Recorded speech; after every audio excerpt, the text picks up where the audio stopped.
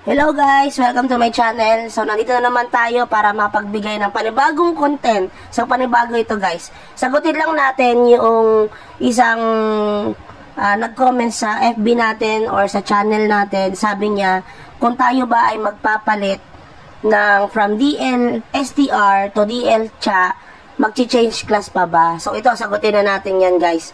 Hindi na natin siya na-screenshot dahil nahirapan tayong hanapin kung saan yun. Unang-una, ang kailangan natin, bumili tayo na itong reset potion. Yan lang, mas mura ito kumpara dun sa pag-change class. Worth 300 just lang ito. Pwede natin itong bilhin.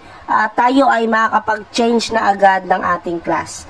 So yan, binili na natin siya guys. Anyway, itong channel pala natin ay ginagawa natin ito. Mapapansin nyo, dami nating mga experiment.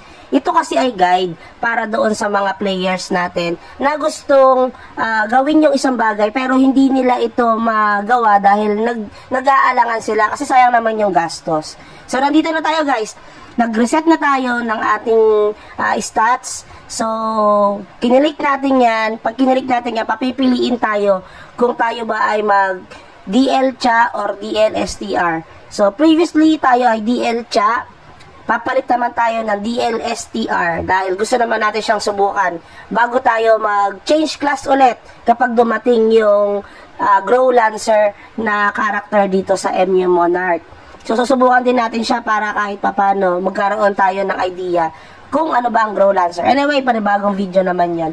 So, dito, mapapansin nyo, kinilik natin yung DLSTR. So, merong suggestion dyan na nilalagay sa atin, binigay sa atin ng MU, kung ano ba ang gagawin natin, kung anong susundin natin. Pero, it's up to you pa rin kung ano ang stats na i-click nyo. Ginawa ko kasi dito, nilagyan ko ng 1,000 ng straight itong AG natin. Kasi kailangan ko pa rin ng defense. Kasi nga, kapag STR ka, more on damage ka at less yung defense mo. So, para mapunan natin yung pagkukulang tulad ng X natin, hindi, joke lang, ng ating character, dahil nga more on damage tayo, dinagdagan natin yung ating AG. So, yung STR natin, dadagdagan pa rin natin yan, pero magpapalevel tayo more on AG. Ngayon, nandito na tayo sa ating equipment. Sa equipment natin, dahil DL CHA tayo, kailangan natin ng magkaroon ng panibagong gears. So, tayo, dahil mahal nga yung equipment ng DLSTR, yung mga gamit natin medyo pangit pa. So, anyway, itong mga stats natin, yung mga fruits natin, ito ay mariremain ito. Hindi ito magagalaw. Pero pwede natin itong i-reset ulit. Pero nakalagay kasi sa akin dito, AG na yung pinataas ko. Hindi ko na pinataas yung CHA. So, hindi ko na siya i-reset para less gastos. Magkano rin yan? 100 just din ito. So, yan, hindi yan magagalaw. So, dito naman tayo sa pagpalit ng ating gears, no? So, kung mapapansin nyo, kumuha tayo ng tier 9 lang pero full option. Ginawa natin ito, nag-ipon tayo bago tayo lumipat sa DL STR para may gamitin na agad tayo kasi hindi natin siya magagamit yung set natin na DL CHA. Biruin mo, meron ako suot na set pero ang defense ko ay 791 lang. Napakababa. Ibig sabihin nun, hindi e-effect yung defense ko dito sa DL CHA. So, palitan na natin yung ating mga equipments. Unti-untiin natin. Itong scepter ko parang T9 lang ito or T8. Nababa kasi ito, no? T8 lang ata pero mas maganda yung option niya. Kinuha natin siya kasi ang mahal ng scepter at wala na rin nagbibenta masyado nito. Sabi ko nga sa inyo, in demand ang DLSTR, kaya yung mga equipment niya napakamahal at the same time, kung meron man, nag-aagawan sa bid. So, yun na magiging challenge sa atin kung paano tayo makakaset ng maayos dito sa ating DLSTR. Anyway, kung ito ay mapagtatsagaan naman yung set niya, kung kaya naman ng mga magpa-level na gamit itong set na to, i-retain natin siya para makatipid tayo kasi magpapalit din tayo ng ating class kapag dumating yung Grow Lancer.